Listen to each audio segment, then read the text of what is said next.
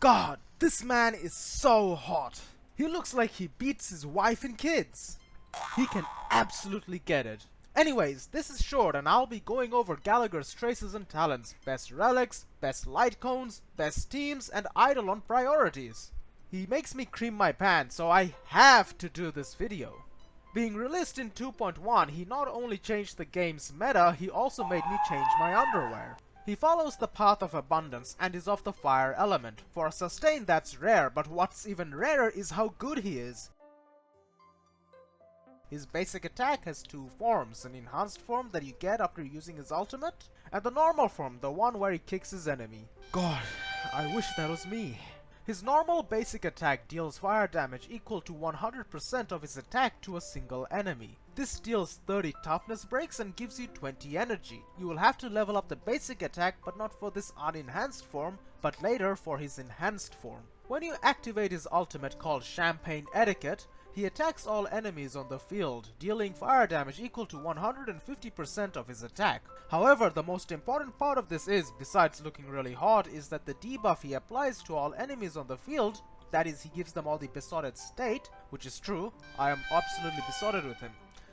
Anyways, I'm going off track. The besotted state is important since it increases the amount of break damage an enemy can take, and it's also a debuff. His ultimate also has 60 toughness break, letting you heavily whittle down an enemy's toughness bar. This ultimate is very important, but you don't need to level it up, and that's because the main purpose of this ultimate is the toughness reduction and the besotted state that it applies, not the damage it deals. The ultimate enhances Gallagher's next basic attack into its enhanced form, which is a crucial part of his kit. The enhanced basic attack lets him reduce a single enemy's toughness by 90, which is incredibly high. It also reduces their attack by 15%, which is quite good. The most important part is that it's called Nectar Blitz, because I want to drink his nectar. His skill is nothing special, it does a flat HP heal. It should be leveled up since he is a sustained character, but you could honestly just run him without maxing it out in my opinion. For me, it hasn't caused any major issues, but I also have him at E6, so don't take my word for it, it's heavily biased. I would still level it up to be safe in case of emergency heals,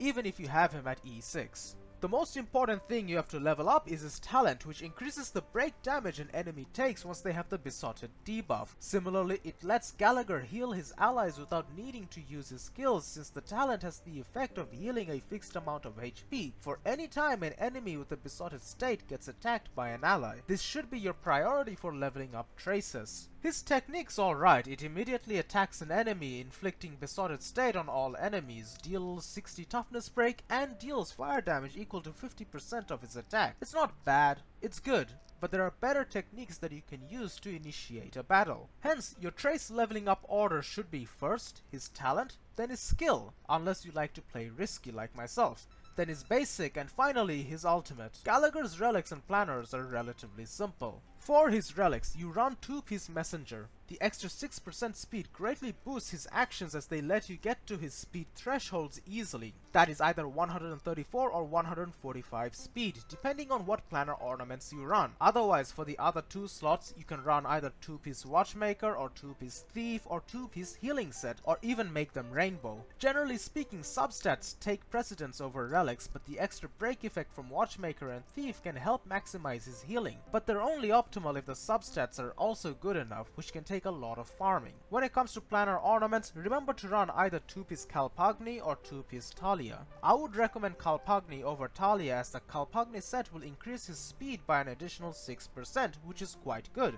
And since he will be attacking fire weak characters and will often be used by Firefly who can implant fire weakness, he can gain that extra 40% break effect for one turn as well. But the speed bonus is the real king here. You can also run Talia, of course, which will give him an extra 16% break effect off the get-go, and another 20% if you hit the 145 speed and more threshold. This is a good alternative and gives him a lot of break effect, so if you have spare ornaments, you can use this. However, I would still prefer Calpagni for the speed buff. Besides that, for planner ornaments, you can run the usual. Fleet of the Ageless, Broken Kill, Penacony, and Von Whack, but these are generic and doesn't really maximize well with his kit. Von Whack is always good for zero cycle shenanigans, but that's also not for the average player. It's for the players who are already long gone mentally. For his light cones it's quite simple. Running S5 multiplication is best on him, because multiplication gives the following boosts: that the wearer of the light cone, Gallagher in our case, will have his next action advanced forward by 20% when he uses his basic attack. He should rarely use his skill, and he should be generating SP for your team, being more SP neutral than Luocha. If for some reason you don't have the 3-star S5 multiplication, then you can also run perfect timing. Provides at S5 32% effect res and increases his outgoing healing bonus by 45% of his effect res, which can be increased this way up to 27%.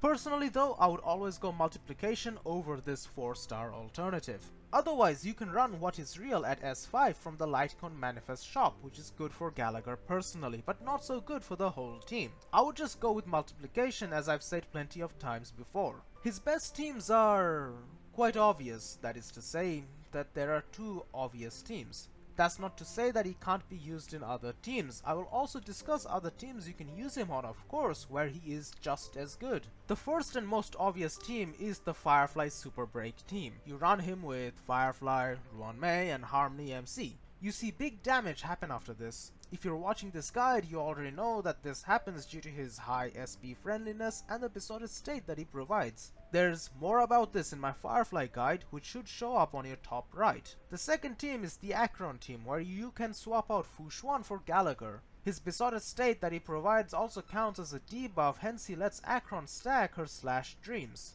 This is, in my opinion, quite good. These are the obvious teams, but he's also surprisingly synergistic with other teams as well. You can also run a Super Break Himeko team where you have Himeko, Ruanmei, HMC, and Gallagher, letting Himeko pop off. You can also use Boot Hill Super Break team, where it's the exact same as above, but you have Boot Hill as your main DPS instead of Himeko.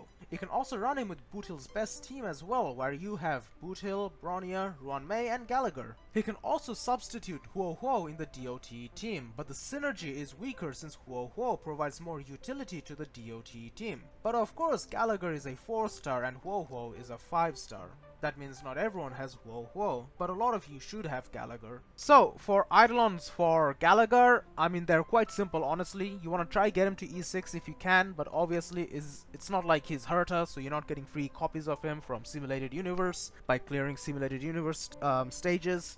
So as a result, you know, you could get him for free from the 4-star selectors, but those are few and far in between, so, you know, it's not like, you know, you'd get like 2 Eidolons for free from them, and that would get you to E2, and obviously his E2 is the most important one, of course, right? So in the scenario that obviously you can't get him to E6, his E2 is the most important one because that lets him cleanse, remove debuffs from allies. The effect res is nice, obviously, but this one is more important. The first bit removes 1 debuff from target allies. E1 is obviously important as well, because if you get to E2, you get him at E1 as well, which does this, regenerates 20 energy, which is obviously going to be good. You know, it's like 1 less basic attack or 2 less basic attacks that you need to do to get his ultimate back up. His E4 is nice, but it's not like you have to get it. His E4 extends the duration of the besotted state.